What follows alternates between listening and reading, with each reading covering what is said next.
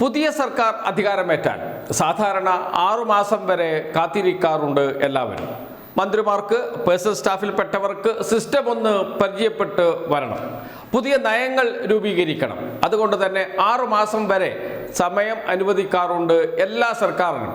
അത് കഴിഞ്ഞതിന് ശേഷം മാത്രമേ വിമർശനങ്ങൾ, സമരങ്ങൾ എന്നിവ ഉണ്ടാകാറുള്ളൂ. ഒന്നാം പിണറായി സർക്കാരിൻ്റെ കാലത്ത് അതുണ്ടായിരുന്നു. എന്നാൽ രണ്ടാം പിണറായി സർക്കാരിൻ്റെ കാലത്ത് നാം അത് കണ്ടിരുന്നില്ല. സർക്കാർ അധികാരത്തിൽ വന്ന ഉടനെ തന്നെ സമരം ആരംഭിച്ചു, പ്രതിഷേധം ആരംഭിച്ചു കേരളത്തിൽ. രണ്ടാം പിണറായി സർക്കാരിന് ശേഷം വി ഡി സതീശൻ സർക്കാർ, UDF സർക്കാർ അധികാരമേറ്റു. 1 മാസമായില്ല. 19-ാം തീയതി ബജറ്റ് അവതരിപ്പിക്കുന്നു, ജൂൺ 19-ന്. അപ്പോഴേക്കും കൃത്യം 1 മാസം കഴിയും വി ഡി സതീശൻ സർക്കാർ അധികാരമേറ്റെടുത്തതിന് ശേഷം. ബജറ്റിലേക്ക് എല്ലാവരും ഉറ്റുനോക്കുകയാണ്.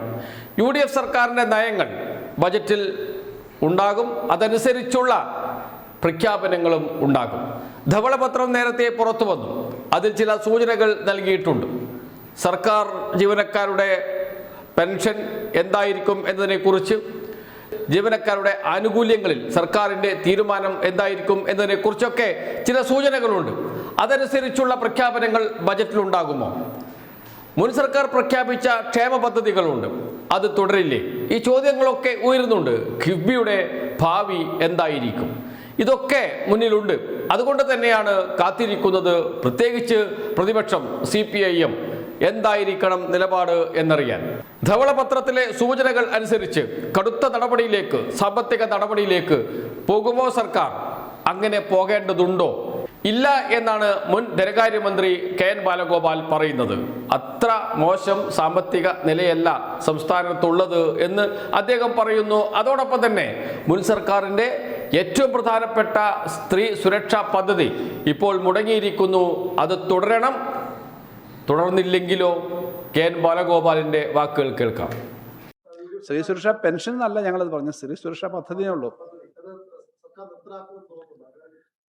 നിർത്തലാക്കാൻ സാധാരണഗതി പറ്റില്ല. കാരണം ഞങ്ങളത് 31 ലക്ഷം സ്ത്രീകൾക്കാണ് പ്രതീക്ഷിച്ചത്. 31 ലക്ഷം ആദ്യമേ എൻറോൾ ചെയ്തില്ല. ഇപ്പോൾ 17 ലക്ഷത്തോളം എൻറോൾ ചെയ്തിട്ടുണ്ട്. ഞങ്ങൾ കൊടുത്ത ദിവസം 11 ലക്ഷം പേർക്കാണ്. ഫസ്റ്റ് ഡേയിൽ 11 ലക്ഷം പേർക്ക് കൊടുത്തു. അന്ന് തന്നെ അവരുടെ അക്കൗണ്ടിലേക്ക് ചെല്ലുകയായിരുന്നു. ഇപ്പോൾ 17 ലക്ഷമുണ്ട്. അപ്പോൾ ഓരോ ഗ്രാമത്തിലും ഇത്രയേറെ ആളുകൾ മേടിക്കുന്നതാണ്. അവർ പ്രതീക്ഷിക്കുന്നുണ്ട്, അവർ കിട്ടിയെന്നുള്ളത് അറിയാം. അപ്പോൾ എത്ര പേരാണ് നമ്മുടെ ഇപ്പോൾ സ്റ്റുഡൻസിന് കൊടുക്കുന്നതെന്ന് പറഞ്ഞാൽ 5 ലക്ഷം, 6 ലക്ഷം, 7 ലക്ഷത്തിനാണ് മാക്സിമം കണക്കാക്കുന്നത്. കണക്ട് വർക്ക് മാത്രം ഞങ്ങളുടെ പദ്ധതിയാണ്. കണക്ട് വർക്ക് കുട്ടികൾ, ചെറുപ്പക്കാർ, വിദ്യാഭ്യാസം കഴിഞ്ഞ് നിൽക്കുന്നവർക്ക് തൊഴിലിന് വേണ്ടിയിട്ട് 1 വർഷം അവർക്ക് പ്രിപ്പറേഷന് വേണ്ടിയിട്ടുള്ള അതാണ് കണക്ട് വർക്ക്. 5 ലക്ഷം പേരാണ്. ഈ സ്ത്രീ സുരക്ഷാ പദ്ധതി മുഴുവൻ ആപ്ലിക്കൻസും വരും 30 ലക്ഷം വരും. അല്ലെങ്കിൽ ഇപ്പം കിട്ടിക്കൊണ്ടിരിക്കുന്നതന്നെ ഇത്രയുണ്ട്. ലക്ഷക്കണക്കിന് ആളുകൾ KSRTC ബസ്സിലൊക്കെ കയറുന്നു എന്ന് പറയുന്ന പോലെ തന്നെ എലിജിബിൾ ആയിട്ടുള്ളൊരു വലിയ സെക്ഷനില്ല. അതിനേക്കാൾ എത്രയോ അധികം ആളുകളാണ്. അവർക്ക് കൊടുക്കില്ല എന്ന് പറയുന്നത് ഒരു ഗവൺമെന്റിന് തീരുമാനം എടുക്കാൻ ബുദ്ധിമുട്ടുള്ള കാര്യമാണ്. സാധാരണ ഒരു ബുദ്ധിപരമായി പ്രവർത്തിക്കുന്ന ജനങ്ങളുടെ ഒരു വികാരം മനസ്സിലാക്കി പ്രവർത്തിക്കുന്ന ഗവൺമെന്റ് അത് ഒഴിവാക്കാൻ തയ്യാറാവില്ലെന്ന് ഞാൻ വിശ്വസിക്കുന്നത്. കൊടുക്കുന്നില്ല ഇപ്പം, അത് കൊടുക്കേണ്ടതാണ്. അത് നേരത്തെ കൊടുത്തിരുന്നതാണ്, കൊടുക്കേണ്ടതാണ്. എന്നാൽ സ്ത്രീ സുരക്ഷാ പദ്ധതി ഏകദേശം 31 ലക്ഷം സ്ത്രീകൾക്ക് ലഭിക്കും, മാസം 1000 രൂപ വീതം. ആ പദ്ധതി നിലച്ചിട്ട് 2 മാസമായി. സർക്കാർ അനങ്ങുന്നില്ല പദ്ധതി പുനരുജ്ജീവിപ്പിക്കാൻ. കഴിഞ്ഞ സർക്കാർ ബജറ്റിൽ 3720 കോടി രൂപ മാറ്റിവെച്ചിരുന്നു പദ്ധതിക്ക്. ആ പണം ട്രഷറിയിലുണ്ട്.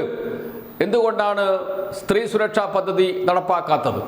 11 ലക്ഷം സ്ത്രീകൾക്ക് രണ്ടാം പിണറായി സർക്കാർ സ്ത്രീ സുരക്ഷാ പദ്ധതി പ്രകാരം 1000 രൂപ വീതം നൽകിയിരുന്നു. പിന്നീട് തുടർന്നില്ല. UDF സർക്കാർ അധികാരത്തിൽ വന്നതിന് ശേഷം അത് നിലച്ച മട്ടായി.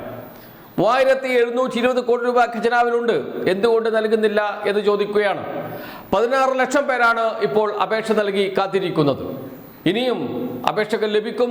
അത് പരമാവധി 31 ലക്ഷം വരെ ആകാം. എന്ന് വെച്ചാൽ 31 ലക്ഷം പേർക്ക് ലഭിക്കുന്ന ആനുകൂല്യമാണ് ഇല്ലാതാക്കുന്നത് UDF സർക്കാർ. ബജറ്റിൽ അത് സംബന്ധിച്ച് പ്രഖ്യാപനമില്ലെങ്കിൽ അടുത്ത ദിവസം മുതൽ കേരളത്തിൽ സ്ത്രീകൾ തെരുവിലിറങ്ങും. വർഷങ്ങൾക്ക് മുമ്പ് ഉമ്മൻചാണ്ടി സർക്കാരിൻ്റെ കാലത്ത് കേരളം കണ്ട അവിസ്മരണീയമായ സമരമുണ്ട്. സ്ത്രീകൾ അണിനിരന്ന സമരം, കുടുംബശ്രീ സംരക്ഷണ സമരം. ജനശ്രീക്ക് വേണ്ടി എം ഹസന്റെ ജനശ്രീക്ക് വേണ്ടി സർക്കാർ നിലകൊണ്ടപ്പോൾ കുടുംബശ്രീയെ തകർക്കാൻ വേണ്ടി ശ്രമിക്കുകയാണ് എന്നാരോപിച്ച് തിരുവനന്തപുരം നഗരത്തെ കീഴടക്കി കുടുംബശ്രീ പ്രവർത്തകർ. അതേപോലെ ഒരു വലിയ സ്ത്രീ മുന്നേറ്റം സ്ത്രീ സുരക്ഷാ പെൻഷൻ പദ്ധതി സംരക്ഷിക്കണമെന്നാവശ്യപ്പെട്ട് ആരംഭിക്കാൻ പോകുന്നു എന്ന സൂചനകളാണ് CPIM കേന്ദ്രങ്ങളിൽ നിന്ന് ലഭിക്കുന്നത്.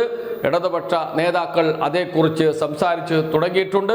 കേരളം കാണാൻ പോകുന്നത് അതിശക്തമായ ഒരു സ്ത്രീ മുന്നേറ്റമായിരിക്കും. സ്ത്രീ സുരക്ഷാ പെൻഷൻ പദ്ധതി സംരക്ഷിക്കുന്നതിന് വേണ്ടി ബജറ്റിൽ പ്രഖ്യാപനമില്ലെങ്കിൽ എന്നുവെച്ചാൽ 6 മാസം കാത്തിരിക്കാൻ പ്രതിപക്ഷം തയ്യാറാകില്ല എന്ന കൃത്യം സൂചനകൾ പുറത്തു വരികയാണ്. KN ബാലഗോപാലിൻ്റെ വാർത്താ സമ്മേളനത്തിൽ അക്കാര്യമുണ്ട്. പണമില്ല എന്ന് പറഞ്ഞ് വികസന പദ്ധതികൾ, സാമൂഹ്യക്ഷേമ പദ്ധതികൾ വെട്ടിക്കുറയ്ക്കാനാണ് നീക്കമെങ്കിൽ, സ്വകാര്യവൽക്കരണമാണ് ലക്ഷ്യമെങ്കിൽ അത് കയ്യും കെട്ടി നോക്കി നിൽക്കില്ല പ്രതിപക്ഷം എന്ന്. ബജറ്റാണ് നിർണായകം. ബജറ്റിൽ എന്തുണ്ട് എന്ന് നോക്കാം. അതിനുശേഷമാണ് കേരള രാഷ്ട്രീയത്തിൽ വരാൻ പോകുന്ന വൻ ട്വിസ്റ്റ്.